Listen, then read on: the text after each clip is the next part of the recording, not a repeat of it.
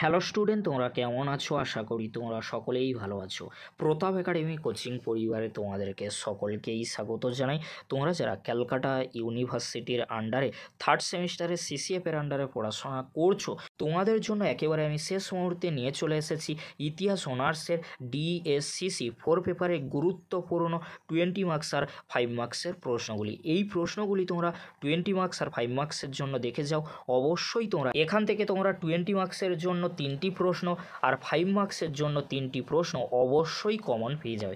চলো বেশি দেরি করবো না, আজকে আমরা দেখে নেব ইতিহাস অনার্সের ডিএসসিসি 4 পেপারে গুরুত্বপূর্ণ 5 মার্কস ও 20 মার্কসের প্রশ্নগুলি, যে প্রশ্নগুলি পরীক্ষায় আসার সম্ভাবনা প্রবল থেকে প্রবলতর রয়েছে। প্রথমে তোমরা দেখে নাও 20 মার্কসের জন্য মাত্র কয়েকটি প্রশ্ন, যে প্রশ্নগুলি পড়ে গেলে অবশ্যই তোমরা 3টি 20 মার্কসের জন্য প্রশ্ন কমন পেয়ে যাবে। গুরুত্বপূর্ণ প্রশ্নগুলি তোমরা দেখে নাও। ফার্স্ট প্রশ্ন, ক্রুসেডের পটভূমি বা প্রেক্ষাপট বা কারণ আলোচনা করো। ক্রুসেড কি নিছক ধর্মযুদ্ধ ছিল? প্রশ্নটি অত্যন্ত গুরুত্বপূর্ণ। খলিফাদের আমলে ইসলামের সঙ্গে ইহুদি ও খ্রিস্টানদের সম্পর্ক আলোচনা করো। হজরত মুহাম্মদের আমলে ইসলামের সঙ্গে ইহুদিদের সম্পর্ক ব্যাখ্যা করো। প্রাক ইসলাম যুগে আরবদের রাজনৈতিক অবস্থা সম্পর্কে আলোচনা করো। এই যে 4টি প্রশ্ন বললাম, 4টি প্রশ্ন 20 মার্কসের জন্য খুবই গুরুত্বপূর্ণ। নেক্সট প্রশ্ন কি রয়েছে তোমরা দেখে নাও। ইউরোপীয় সামন্ততন্ত্রের পতন সংক্রান্ত ঐতিহাসিক বিতর্ক লেখো। মধ্যযুগে ইউরোপের দ্বাদশ শতকীয় নবজাগরণের বৈশিষ্ট্য ও গুরুত্ব আলোচনা করো। ক্যারোলিনজীয় নবজাগরণের বৈশিষ্ট্য ও তাৎপর্য লেখো। মধ্য এশিয়ার বাণিজ্যে বেদুইনদের অবদান আলোচনা করো। পরবর্তী প্রশ্ন, হেনরি পিরেনের তত্ত্ব ব্যাখ্যা করো। মধ্যযুগের ইউরোপীয় শিক্ষা ব্যবস্থায় বিশ্ববিদ্যালয়গুলির অবদান লেখো। ইউরোপীয় সামন্ততন্ত্রের মূল বৈশিষ্ট্য বা আঞ্চলিক বৈচিত্র্যগুলি কী ছিল?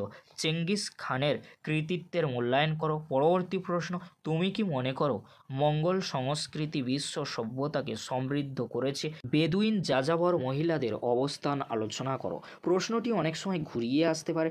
প্রাক ইসলাম যুগে বেদুইন সমাজে নারীদের অবস্থা আলোচনা করো। রোমান সাম্রাজ্যের পতনের কারণগুলি আলোচনা করো। এই প্রশ্নটি অনেক সময় ঘুরিয়ে আসতে পারে। রোমান সাম্রাজ্যের পতনের যে কোনো 2টি কারণ উল্লেখ করো। এই প্রশ্নগুলি শেষ মুহূর্তের জন্য 20 মার্কসের জন্য দেখে যাও। অবশ্যই তোমরা এখান থেকে 3টি 20 মার্কসের প্রশ্ন পরীক্ষায় কমন পেয়ে যাবে। কিছু এক্সট্রা প্রশ্ন রয়েছে, যদি তোমরা পারো এই 3টি প্রশ্ন তোমরা এক্সট্রা হিসাবে দেখে যেতে পারো। এবারে তোমরা দেখে নাও 5 মার্কসের জন্য গুরুত্বপূর্ণ কয়েকটি প্রশ্ন, যে প্রশ্নগুলি পরীক্ষায় আসার সম্ভাবনা প্রবল থেকে প্রবলতর রয়েছে। প্রশ্নগুলি তোমরা দেখে নাও। ম্যানর ব্যবস্থার গুরুত্ব আলোচনা করো বা ভ্যাসালেজ সম্পর্কে টিকা লেখো। ক্রুসেডের তাৎপর্য ব্যাখ্যা করো। কুলিনির সংস্কার ও তাৎপর্যর বিবরণ দাও। বেদুইনদের সমাজ জীবনের ওপর একটি টিকা লেখো। প্রশ্নগুলি 5 মার্কসের জন্য খুবই গুরুত্বপূর্ণ। পরবর্তী প্রশ্ন, মধ্যযুগের ইউরোপে শহর ও নগরগুলোর উত্থান তুমি কিভাবে ব্যাখ্যা করবে? মধ্যযুগের ইউরোপের জাদুবিদ্যা বা ডাইনিবিদ্যা সম্পর্কে টিকা লেখো। অবশ্যই তোমরা ভালো করে দেখে রাখবে।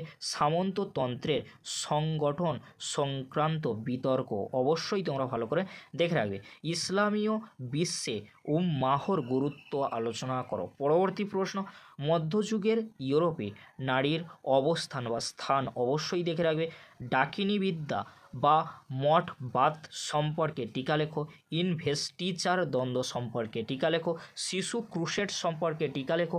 বেদুইনদের জীবনে প্রধান ধর্ম ছিল গোত্র আনুগত্য ব্যাখ্যা করো। মধ্য এশিয়ার বাণিজ্যে সিল্ক রুটের গুরুত্ব কী ছিল? পরবর্তী প্রশ্ন, বেদুইনদের গীতি কবিতার সম্পর্কে সংক্ষেপে টিকা লেখো।